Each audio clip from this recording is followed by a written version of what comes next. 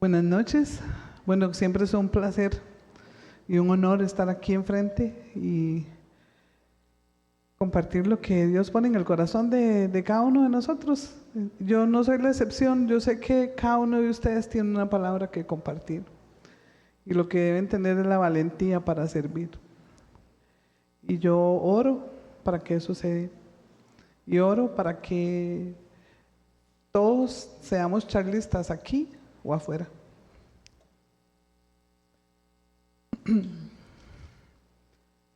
Bueno, hace unos días estaba viendo una serie de tele, bueno, estoy viendo todavía porque apenas voy por ya estoy por el último episodio, que es el 9, que se llama La Casita de la Pradera.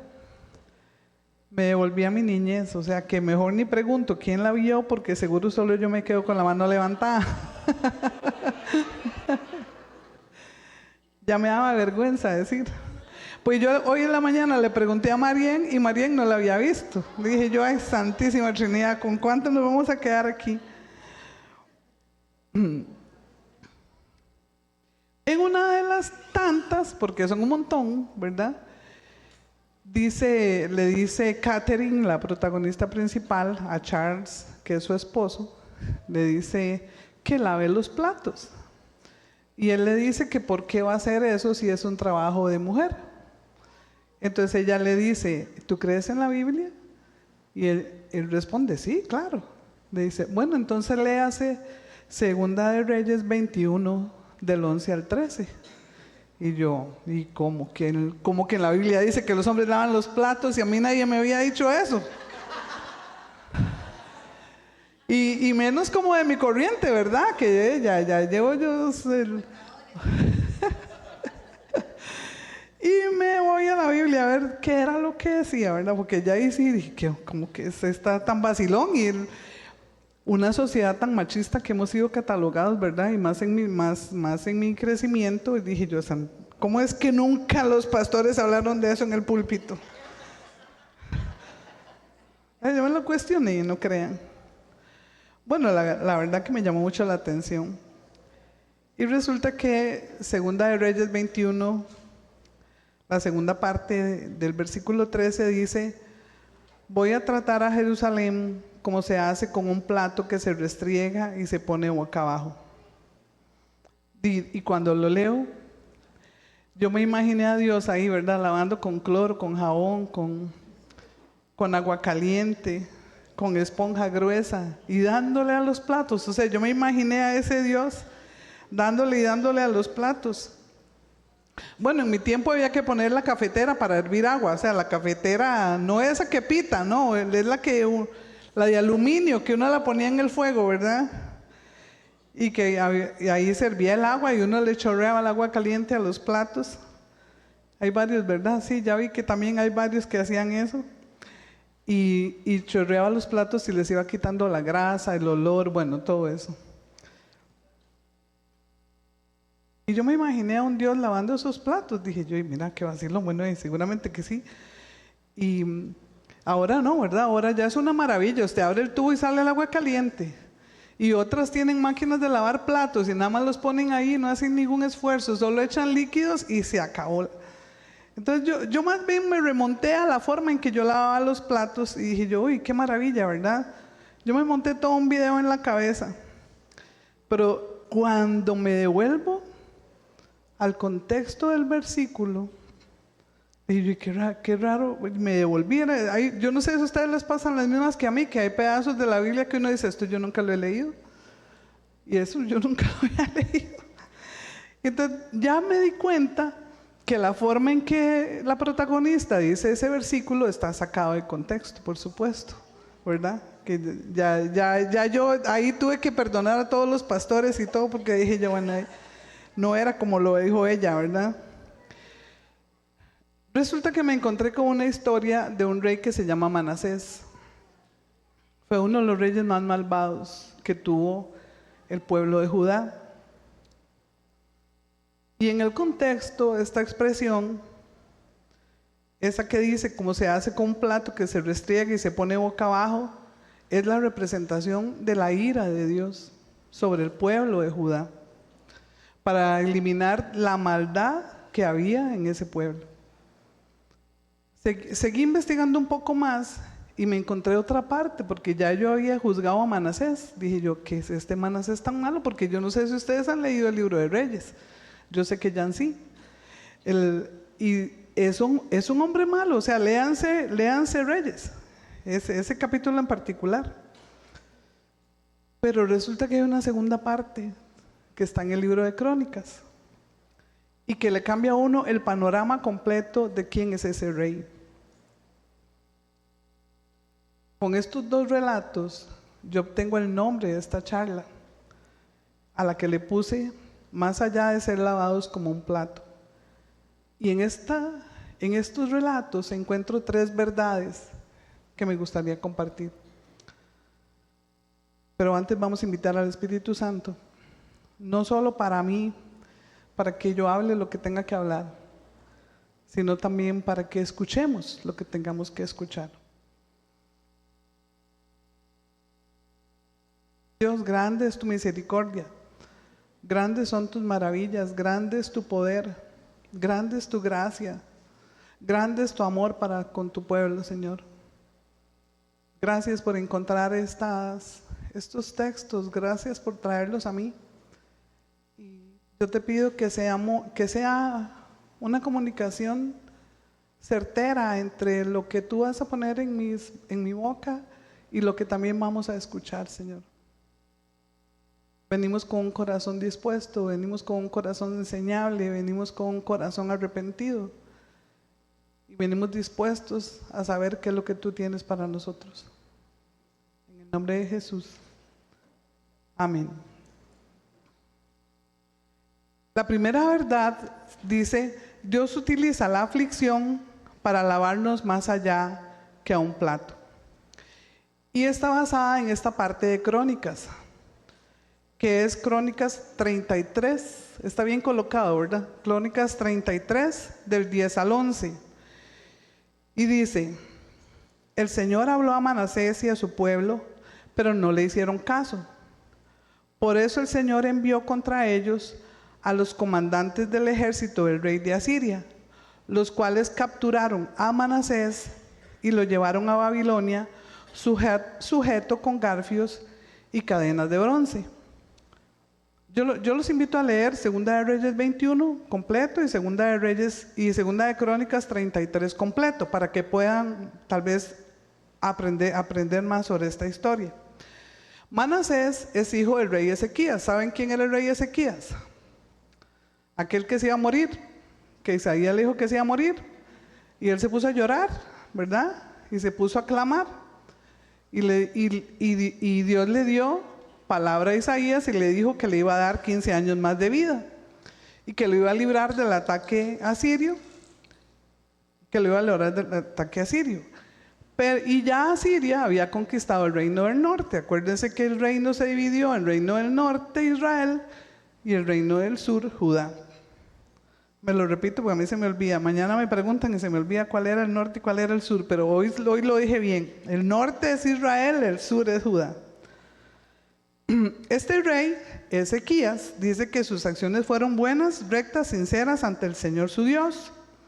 Todo lo emprendió para el servicio del templo de Dios, o lo referente a la ley y los mandamientos, y lo hizo procurando buscar a Dios de todo corazón, y por eso tuvo éxito. Ese es el rey Ezequías, el papá de Manasés. Y oiga lo que dice de Manasés. Manasés se declaró vasallo del emperador de Asiria, proporcionándole tropas contra Egipto. Manasés siguió una política religiosa opuesta a la ortodoxa de su padre.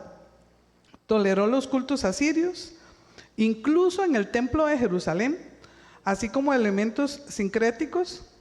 Incluyó la evocación a los muertos y los sacrificios de los niños. De él hizo un sacrificio con su propio hijo, que suscitó las protestas de los profetas que le anunciaron un castigo divino. Manasés fue aprisionado y torturado por los asirios. Posteriormente lo confinaron por años en un calabozo, donde buscó la redención de Yahvé.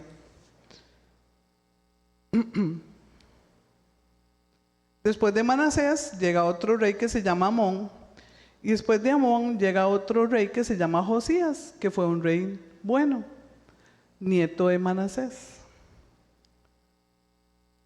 Josías fue un rey que amaba al Señor, quería ayudar a su pueblo, los israelitas, a su pueblo los israelitas, a obedecer a Jehová y dejar de adorar ídolos. Cuando fue mayor, él y su pueblo comenzaron a reparar el templo y a embellecerlo de nuevo. Estos reyes vienen de la línea de Judá, o sea, de los ancestros de Jesús, ¿verdad? De la misma línea de Jesús. Tanto en Reyes como en Crónicas leemos lo que hicieron estos reyes, y en su gran mayoría dice que fueron reyes malos, muy parecido, o que han hecho maldad, muy parecido a veces incluso a nosotros mismos. O sea, el relato del pueblo de Israel no es extraño para nosotros, pues nosotros mismos, o el pueblo aquí en general, tiende a hacer más lo malo que lo bueno. O sea, que tampoco es que a veces, a mí me gusta acusar a los judíos, ¿verdad?, por malos, pero a veces también ese dedo me lo tengo que poner yo, porque también he sido también mala.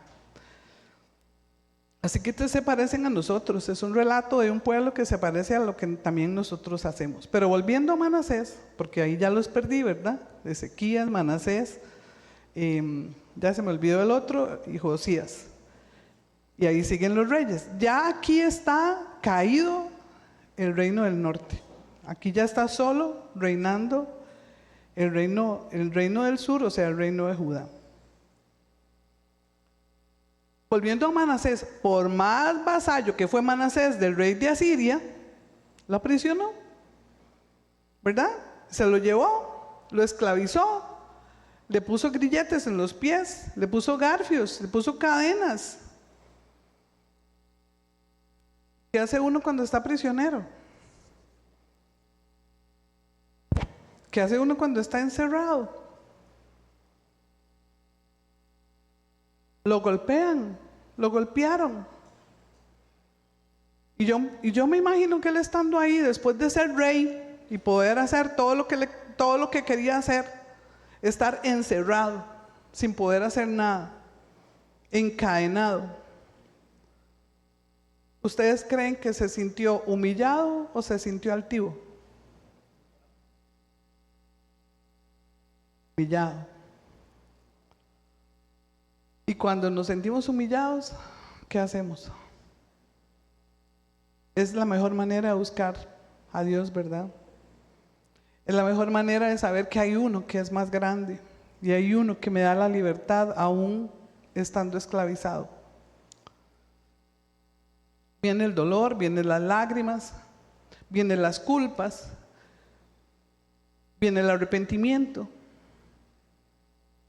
viene la impotencia, viene la frustración.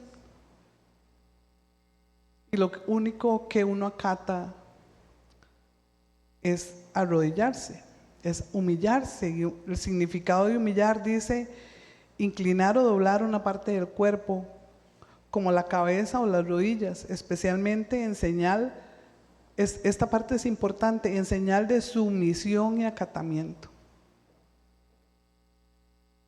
Abate, o sea, rompe, quita el orgullo y la altivez de una persona. Y eso fue lo que le pasó a Manasés. Y con esto entro a la segunda verdad. La segunda verdad dice que la aflicción nos lleva a la humillación y nos postramos suplicándole a Dios, o suplicando que nos lave de nuestras faltas. No sé si ustedes han estado ahí, yo sí. Segunda de Crónicas 33, 12 y 13 de la primera parte dice: estando en tal aflicción, imploró al Señor, Dios de sus antepasados, y se humilló profundamente ante Él.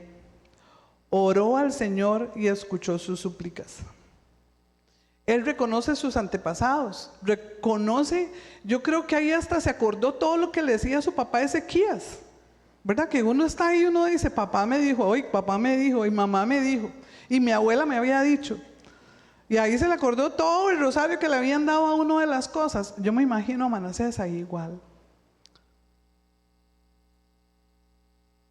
Y otra cosa que me acordé es qué importante es hablarle a los niños de la palabra de Dios. Porque ahí ya él estaba grande. Pero él tuvo que haber escuchado a su papá. Y Josías tuvo que haber escuchado a su abuelo, a Manasés, con todo el llanto y todo el dolor que pasó. Yo me lo imagino, eso no lo dice la Biblia, perdón, yo me lo imagino. Ahí se dio cuenta Manasés que él había hecho lo malo delante de Dios y que sabía las advertencias que no habían sido escuchadas y las consecuencias que tuvieron esas advertencias. Aquí vino el arrepentimiento. Muchos de nosotros hemos estado en esa posición.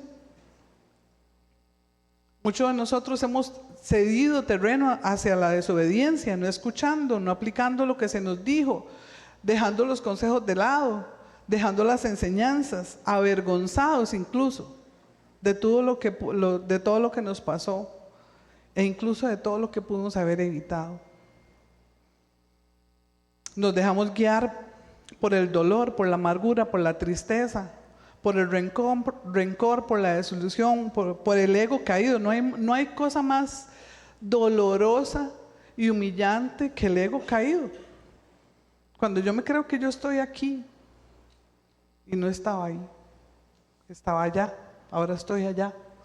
Soy, ¿cómo es que dicen? Bajo cero, ¿cómo es? ¿Cómo es? Bueno, los perros ahora tienen más valor. ¿Verdad? Es una situación dolorosa. Pero Manasés rogó al Señor Dios y Dios lo escuchó. Y también vemos en que David hace lo mismo en el Salmo 86:7. Dice: en el día de mi angustia te invoco porque tú me respondes. En medio de la aflicción, Dios escucha y responde. Y aunque no estemos en la aflicción, Dios escucha y responde. Y Él está dispuesto. Cuando un corazón está dispuesto, arrepentido y reconociendo que Él es Dios. No hay cosa que lo acerque más a Dios que un momento de aflicción. Ahora, no les estoy diciendo que la vayan a buscar, ¿verdad? No vayan a buscar el pecado para ver cómo se siente, no. No es eso, ¿verdad? Les estoy diciendo que la aflicción en cualquiera de sus formas que vengan es tan dolorosa que yo creo que es uno cuando está con ese corazón así como abierto, como entregado, como arrodillado, abatido, afligido, y lo único que le queda es buscar a Dios.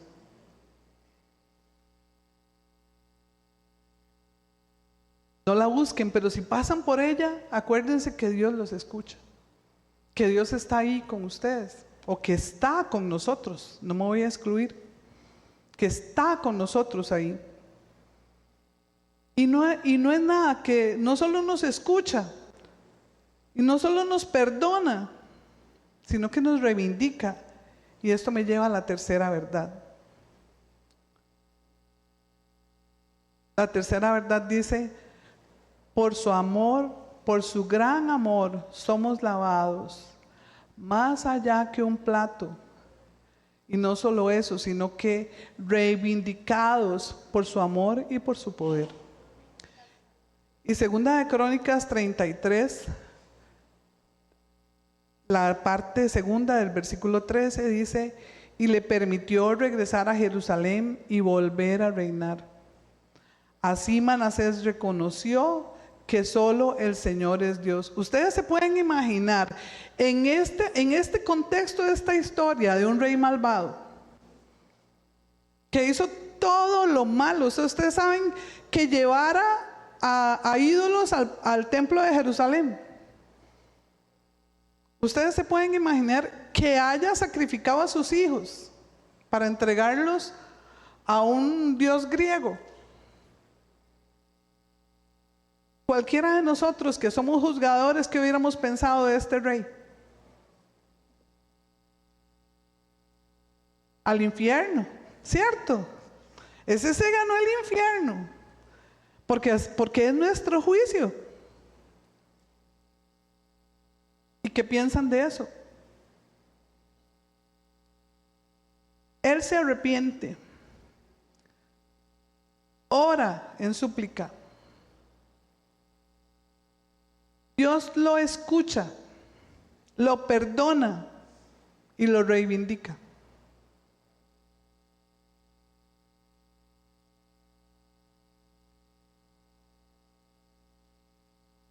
¿Cuánto pecado había ahí? ¿Cuántas faltas habían ahí? Y entonces a veces, ¿por qué nosotros queremos ser hacia aquel pecador? Apártame de él, Señor Jesús, porque no es igual a mí. Y Jesús lo puede reivindicar más rápido que a mí, que me creo santa, que me creo buena. A mí esta historia me impactó mucho, porque a veces, no sé si a ustedes les pasa, a veces cuando el enemigo quiere atacar mi mente, me hace recordarme de cosas que hice. Y cuando a veces quiero como decir, Señor, ¿verdad? Como, Dios, perdóname otra vez. Como la canción, ¿verdad? Perdona. No se pongan a bailar.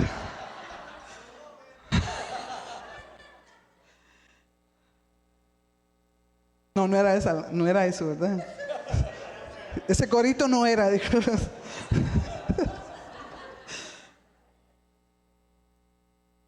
Pero qué impresionante, qué impresionante que Él en su bondad y su corazón, su misericordia, su fidelidad y su amor, nos dice, como dice el Salmo 103, 3 al 6. Y de este versículo me acordé por María José Abraham, que lo dijo en una noche de adoración. Y yo quiero que si ustedes han venido y se han arrepentido y han sido perdonados, o bueno, nosotros hemos venido arrepentidos, hemos venido perdonados, que nos acordemos de que Él perdona todos tus pecados y sana tus dolencias.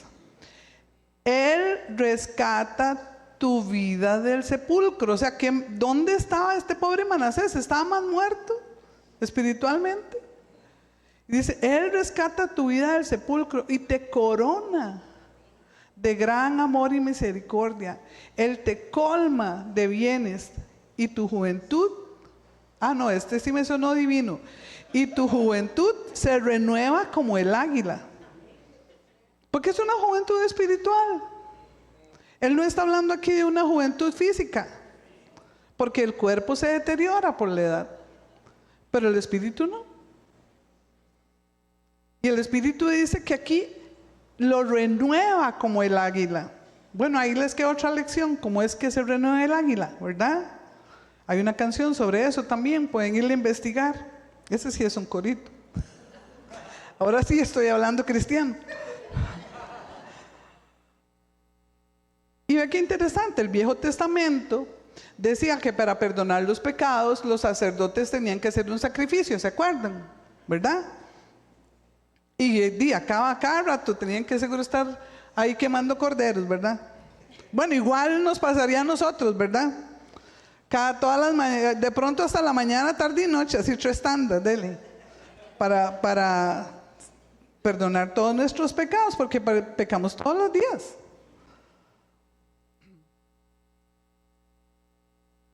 También aquí recordemos que la ira de Dios se hacía presente y que ellos lo que querían era que se opacara la ira de Dios por la desobediencia de su pueblo. Pero vino un hombre que se llamó Jesús. Bueno, que se llama porque está vivo, porque no ha muerto, resucitó. Él cargó con el dolor de nuestro pecado y de todo el pecado del pueblo de Israel, ¿verdad? Tanto el norte como el sur. Y dice también que de todos, de toda la humanidad, cargando la culpa de todo el pecado.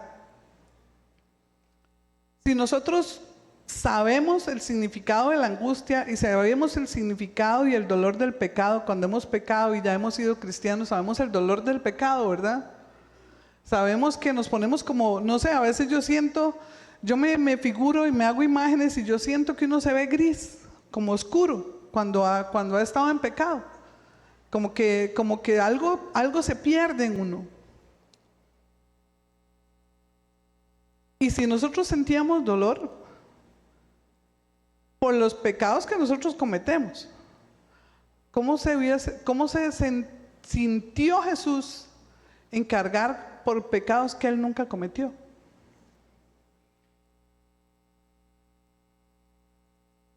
Él era humano, fue tentado, pero era santo.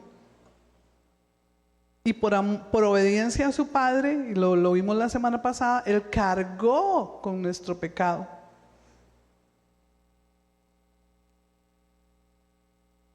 Como una persona que no pecó, carga con nuestro pecado. Y no solo cargó con nuestro pecado, cargó con la ira de Dios. Cargó con todo lo que Dios sentía por nosotros o en ese momento en ese pueblo. Y en obediencia a Jesús lleva esa culpa.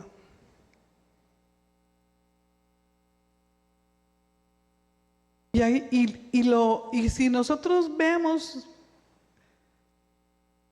o leemos el significado del sacrificio de Jesús en la cruz, ¿cómo quedó macerado? No era Él. ¿Cómo quedó quebrado, roto, sin sangre?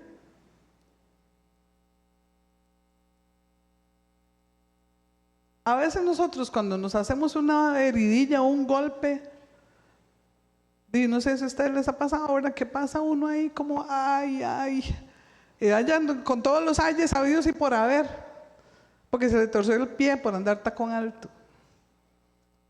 o porque se majó el dedo, o porque cortando tomate se cortó, y uno dice, ay, qué dolor, ¿verdad? Ya no puede ni siquiera seguir haciendo la comida porque ya está lesionado. Y Jesús fue golpeado, maltratado. ¿Por qué lo hizo? Romanos 3:25 dice, ¿lo tenemos ahí? Dios lo ofreció como un sacrificio para obtener el perdón de pecados, el cual se recibe por la fe en su sangre. Así demostró su justicia, porque a causa de su paciencia había pasado por alto los pecados pasados. Y Hebreos 2:17 dice, por eso era preciso que en todo se pareciera a sus hermanos, para ser un sumo sacerdote fiel. Recordemos que antes los sacrificios los hacían los sumos sacerdotes. Primero pedían perdón por ellos, por sus familias y después por el pueblo.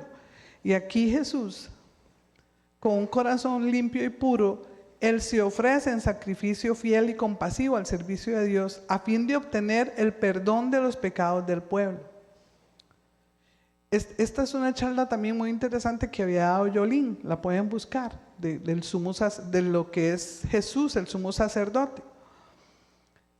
Y Hebreos 9:12 dice, entró una sola vez y para siempre al lugar santísimo.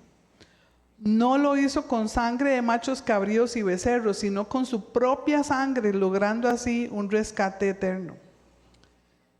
Y primera de Juan 2:2 dice, es el sacrificio por el perdón de nuestros pecados, y no solo por los nuestros, sino por ¿quién?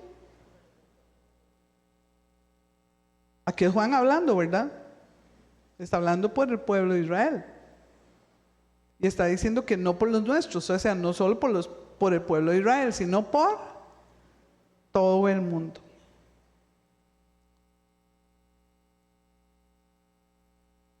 Él nos redimió. Él nos salvó por su gracia. Él no recuerda nuestros pecados cuando venimos arrepentidos. Él nos lavó a precio de sangre. Nos lavó más allá que como se lava un plato con agua, jabón y cloro y agua caliente. Es más allá de saber lavar un plato. Más allá de ese emblema de destrucción que habla Dios ante la ira que estaba enfrentando por su pueblo Judá. Hemos sido justificados por su gracia. ¿Cuántos lo creen? ¿Cuántos lo creen de verdad? ¿Cuántos se lo tienen que recordar todos los días para creer?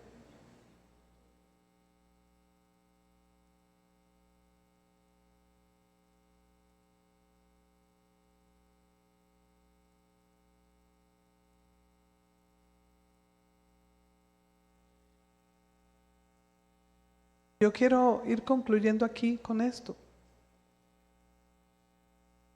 Cuando en medio de la aflicción venimos con un corazón arrepentido, humillado, en medio del dolor, reconociendo quién es nuestro Señor, reconociendo que Él nos escucha, que Él siempre nos escucha, que Él siempre anda en busca de nosotros, que Él vino a perdonarnos, que si nos confesamos, Él nos perdona. Cuando reconocemos nuestros errores, Él nos perdona. Y nunca más vuelve a tener recuerdo de eso. Él vino a liberarnos y a restaurarnos con amor verdadero, pagado a precio de sangre. La muerte de Cristo no fue una muerte a la que nada más tenemos que ir a conmemorar. La muerte de Cristo fue un acto de amor por la humanidad. Y es un gran ejemplo de amor para nosotros.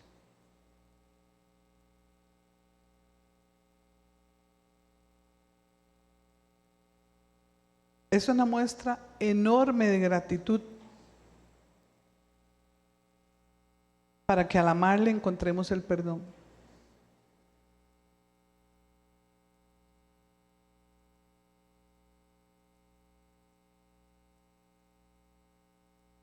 Ven, Espíritu Santo, ven. ¿Gustan ponerse de pie?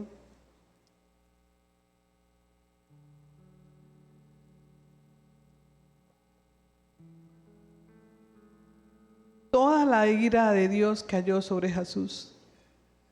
Todo el pecado cayó sobre Jesús. Así que si nos hemos sentido atados por nuestro pecado y nos hemos llenado de vergüenza y nos hemos sentido mal porque no hemos sido buenos ejemplos, tenemos que decirnos que esas mentiras no vienen de Dios, sino que esas mentiras vienen del Padre de todas las mentiras, que nos quiere ocultos, que nos quiere inferiores, invisibles, paralizados, avergonzados. Y es hora de decirle al enemigo que hemos sido rescatados a precio de sangre y que hemos sido lavados con una sangre bendita de un santo, de una persona sin pecado, que nos rescató de la oscuridad y nos llevó hacia la luz. Que al igual que Manasés, que se vio humillado y que se arrepintió, que Dios lo perdonó y lo restableció y lo reivindicó nuevamente como rey, así es Dios con nosotros. Hemos venido humillados y arrepentidos ante Dios. Somos restaurados, somos reivindicados. Y que esa seguridad debemos tenerla. Que somos libres de toda atadura. que quiero seguir el ejemplo de Jesús, que quiero restaurar mi alma y mi cuerpo, que quiero levantar misiones, que quiero trabajar para Dios.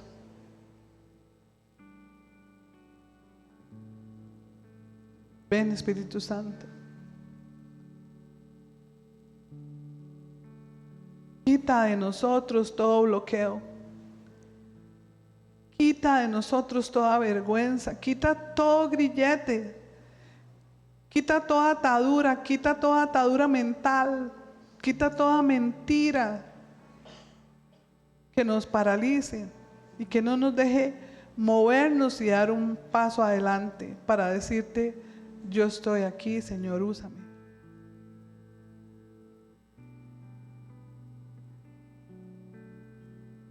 Que cuando las mentiras vienen a nuestra mente y a nuestro corazón, y cuando nos quieren avasallar, el enemigo nos quiere avasallar y sucumbir, y nos quiere hundir, que en el nombre de Jesús nos levantemos con autoridad y digamos: yo soy un hijo, una hija de Dios, lavado a precio de sangre, perdonado, rescatado, reivindicado, libre para servirle a Cristo.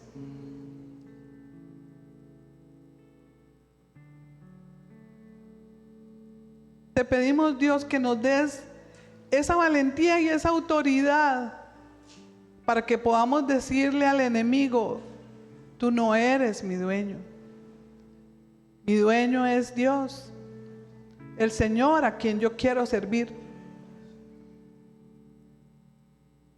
Te confesamos como nuestro Rey, te confesamos como nuestro dueño, te confesamos como nuestro Dios, te reconocemos como Dios.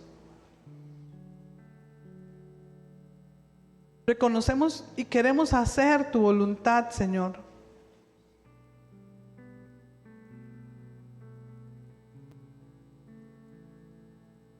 Como lo dice Romanos 6, del 11 al 14, de la misma manera también ustedes considérense muertos al pecado, pero vivos para Dios en Cristo Jesús. Por lo tanto, no permitan ustedes que el pecado reine en su cuerpo mortal, ni obedezcan a sus malos deseos. No ofrezcan los miembros de su cuerpo al pecado como instrumentos de injusticia, al contrario, ofrézcanse más bien a Dios como quienes han vuelto de la muerte a la vida, presentando los miembros de su cuerpo como instrumentos de justicia. Así el pecado no tendrá dominio sobre ustedes, porque ya no están bajo la ley, sino bajo la gracia. Que esta verdad sea una verdad en nuestros corazones, que esta verdad sea una verdad cada segundo. ¿Qué más que nosotros los costarricenses, que conocemos la libertad de caminar por cualquier lado sin miedo de ser apresado? ¿Qué más que las personas que viven en este pueblo, Costa Rica, que son de otros países, saben lo que es la libertad en este país? Nosotros sabemos lo que es vivir en libertad. Pero entonces también seamos libres de los pensamientos, seamos libres de mente en Cristo Jesús, libres para poder mover los pies hacia adelante y caminar y hacer la voluntad de Dios Padre. Yo te pido, Señor, que esa verdad sea una verdad en nuestra vida, que así como lo hiciste con Manasés, seamos reivindicados, seamos nuevamente reyes en lo que tú nos tienes para ser reyes, Señor, en lo que tú nos tienes para servir, en los que tú nos tienes para gobernar, con tu poder y autoridad, humillados delante de ti, sensibles a tu voz, sensibles a lo que quieras, Señor, pero que se rompa de cada uno de nosotros, de nuestra mente, cualquier atadura que el enemigo nos quiere poner, y saber, Señor Jesús, como lo dice el Salmo 103,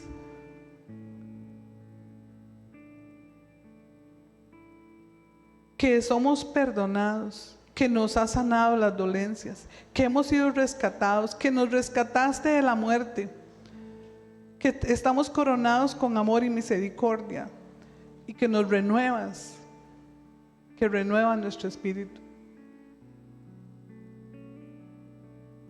Que eso sea una verdad en nuestras vidas, en el nombre de Jesús. Si alguno requiere oración o necesita oración, yo le pido que pase adelante. Que si alguno de nosotros se ha sentido atado por cualquier aflicción, por cualquier cosa que haya sido considerado como un castigo que viene de Dios y que nos tiene atados, que nos tiene inmóviles, que no nos deja caminar, que no nos deja ser libres, que no nos deja movernos, que tiene atada nuestra mente, que nuestros oídos y nuestra mente escuchan más las mentiras del enemigo que la verdad de Cristo, que está sucumbida en la aflicción, en el luto, en el dolor, en la tristeza, que estamos sucumbidos en eso y que no podemos salir de ahí. O bien necesita que oremos por una enfermedad, o por una situación familiar, o por cualquier cosa que necesite oración. Aquí tenemos un equipo de oración para que ore por cada uno de nosotros que necesita. Rompamos el temor. Pasemos adelante si necesitamos que alguien ore por nosotros. Rompamos el temor, rompamos la aflicción, rompamos las ataduras, para que sea Dios el que haga en nosotros y no nosotros siendo conmiseración con nosotros mismos. Que no sigamos pensando que porque lo que hice Dios no me va a usar.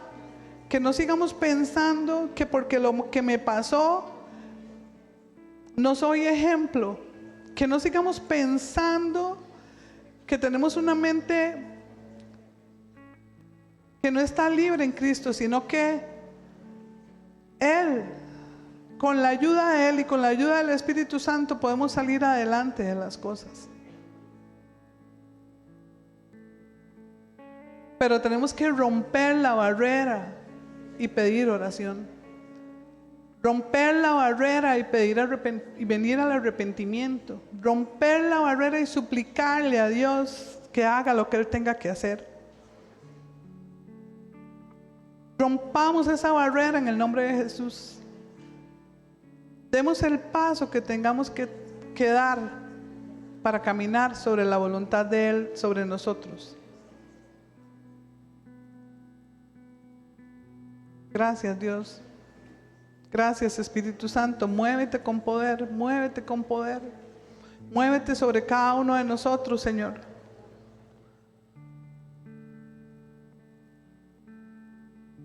Renueva nuestros corazones, renueva nuestro ánimo, renueva nuestra juventud. Sana nuestro espíritu, sana nuestro corazón, sana nuestra mente. Te reconocemos que tú eres Dios. Reconocemos que eres el Rey de Reyes, que nada hay más alto que tú. Que nuestra mente está puesta en ti. Que nosotros tenemos que mermar para que tú crezcas en nosotros, Señor. Que solo tú eres Dios de lo imposible, Señor.